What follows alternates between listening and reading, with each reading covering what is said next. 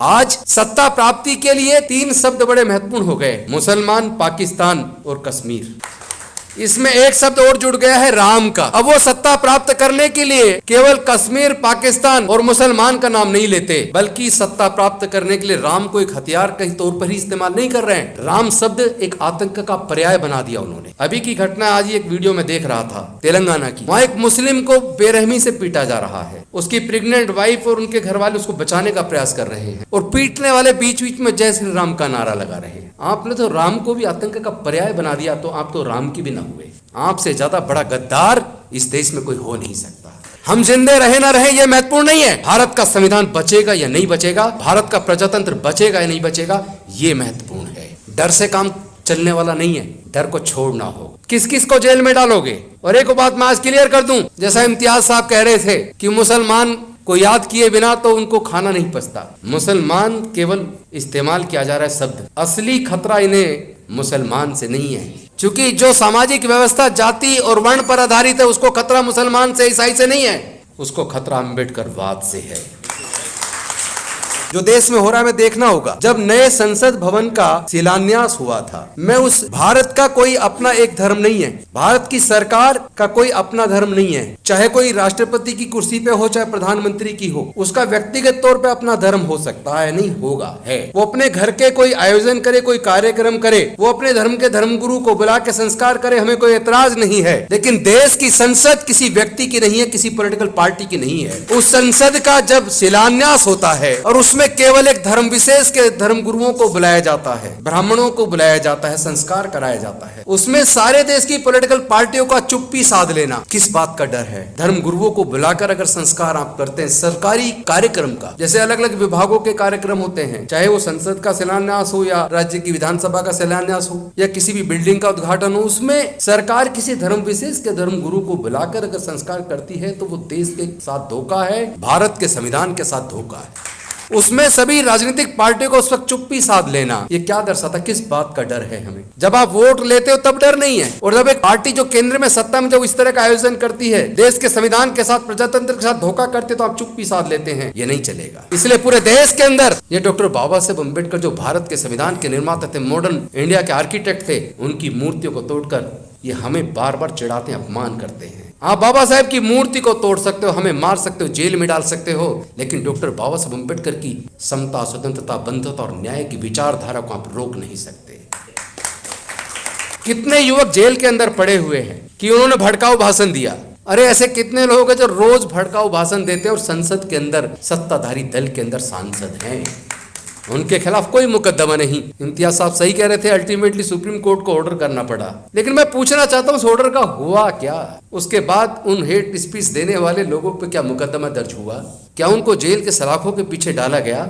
जो बच्चे रिसर्च कर रहे हैं, इंटेलेक्चुअल हैं, केवल न्याय की बात करने पर उनको NSA लगा के आज भी जेल में डाला हुआ है, उनको न्याय नहीं मिल रहा है। शुरू से सुनते हैं जस्टिस डिलेड, जस्टिस डिनाइड। मैं पूछना चाहता हूँ, ये जस्टिस डिनाई कौन कर रहा है? कॉन्स्टिट्यूशन का जो कस्टोडियन है। जब लोग चारों तरफ से प्रताड़ित होते हैं तो कहते हैं मैं कोर्ट जाऊंगा, लेकिन जब कोर्ट से न्याय मिले तो कहां जाएं? देश की सरकारों को सोचना होगा, कोई अजर अमर नहीं है यहाँ, न साहब है न हम हैं, सबको एक दिन खत्म होना है। तथागत बुद्ध ने कहा हर चीज अनित्य है, जो चीज आई है उसका खत्म होना तय है। लेकिन कुछ लोग समझते हैं हम सत्ता में आ गए, आजीवन अब हम ही रहेंगे, हम तो अजर अमर हैं। वो अपनी गलतफहमी दूर कर लें। नाभा कुमार जी जैसे लोग, हम जैसे लोग, विल्सन साहब जैसे लोग, इम्तियाज साहब जैसे लोग, अब ऐसे लोग भी सांसद और विधायक बनने लगे हैं जो न्याय के लिए लड़ेंगे, जान कुर्बान कर सकते हैं, लेकिन झुकने वाले लोग नहीं है।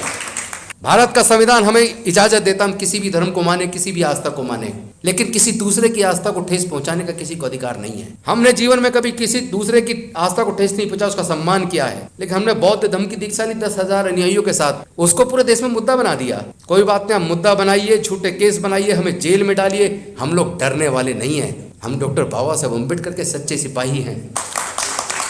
हम इस लड़ाई को लड़ेंगे और इस लड़ाई को जीतेंगे। ये देश किसी एक धर्म के मानने वाले लोगों का नहीं है, ये देश किसी एक जाति का नहीं है। भारत में हजारों जातियां हैं, समाज 4 वर्ण में बटा है, कई धर्म के लोग रहते हैं, विविधताएं हैं। हर 50 किलोमीटर पर यहाँ भाषा और संस्कृति बदल जाती है। आजादी से पहले तो 562 रियासतों में भारत बटा था, thanks to doctor Baba Saheb Ambedkar कि उन्होंने एक ऐसा संविधान दिया जिसने भारत को एक राष्ट्र के रूप में यूनाइट किया। इतनी विविधताओं के बावजूद भारत को बांध के रखा लेकिन आज केंद्र में बैठी हुई सत्ताधारी पार्टी देश को तोड़ने की साजिश कर रही है। कौन लोग हैं जो देश में नफरत फैला रहे हैं? कौन रोकेगा नफरत फैलाने वाले लोगों को? जब सत्ताधारी पार्टी खुद नफरत फैलाए और सरकारी संस्थान मूक दर्शक बने रहें, अल्टीमेटली हम जैसे लोगों को फिर रोड पे आके लड़ना हो। हम लड़ेंगे, मरना तो एक दिन तय है। जैसे आपने कहा था कि अगर ये इमारत गिर जाए तो हम सब मर सकते हैं। इमारत गिरा न गिरे, मरना तो तय है, आज नहीं तो कल। लेकिन इस तरह हमें गुलामी का जीवन स्वीकार नहीं है। साजिश तो यह है इम्तियाज साहब, आपने गुलामी नहीं देखी, आपका समाज तो हुक्मरान रहा है। हमारे समाज ने हजारों साल की गुलामी देखी है। हमें तो इंसानियत के दर्जे से भी वंचित रखा है। आज भी राष्ट्रपति बनने के बावजूद, हमारे समाज के राष्ट्रपति बनने के बावजूद देश के मंदिर में प्रवेश करने से रोक दिया, नई संसद के शिलान्यास में नहीं बुलाया।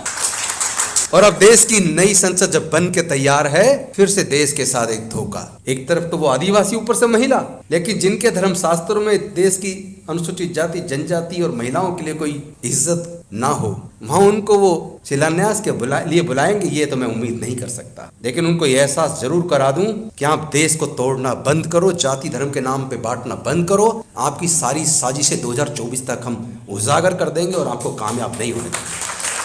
हमने तो एक और संकल्प लिया है, क्योंकि जब दंगे होते हैं तो दंगों में इस्तेमाल कम पढ़े लिखे लोगों का, खासतौर पे अनुसूचित जाति, जनजाति और पिछड़े वर्ग के लोगों का किया जाता है। जितने धार्मिक जुलूस निकलते हैं, उन जुलूसों में जो लोग तलवारें लहराते हैं, उसमें भी इस्तेमाल अनुसूचित जाति, जनजाति, पिछड़े वर्ग के लोगों का होता है। तो हमने संकल्प किया, अपने लोगों को इस अंधविश्वास और पाखंडवाद से बाहर निकालेंगे। अपने लोगों को अब हम इस्तेमाल होने से रोकेंगे, क्योंकि जब दंगे होते हैं तो दंगे में इंसान मरता है, गरीबी मरता है। या तो आदमी मर गया, उसको बचाने के लिए कोर्ट के चक्कर लगाते हैं। आप रिकॉर्ड उठा के देख लीजिए, दंगों में जितने लोग मारे गए या जितने लोग जेल गए, जिनके खिलाफ मुकदमे दर्ज है, मुकदमे चल रहे हैं, उसके अंदर 95% से ज्यादा अनुसूचित जाति, जनजाति, पिछड़े वर्ग के लोग मिलेंगे। हमारा इस्तेमाल करके सत्ता को पाते हो, हमारे इस्तेमाल करके देश के सारे संसाधनों पर कब्जा कर लिया, लेकिन अब हमें ये स्वीकार नहीं है। सवाल मानवता का है, सवाल देश को और देश के संविधान को बचाने का है। संविधान इंसानियत को बचाने का है। जाति धर्म जब नहीं थी तब भी इंसान था।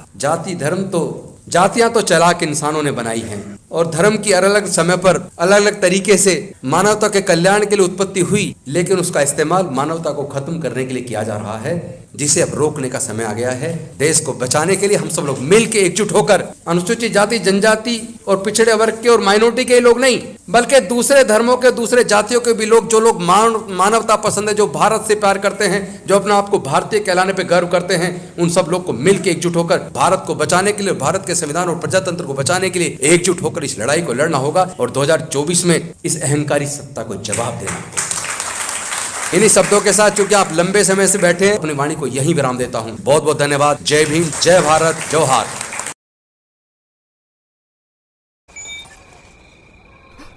जीत गया भाई। क्या जीता? देख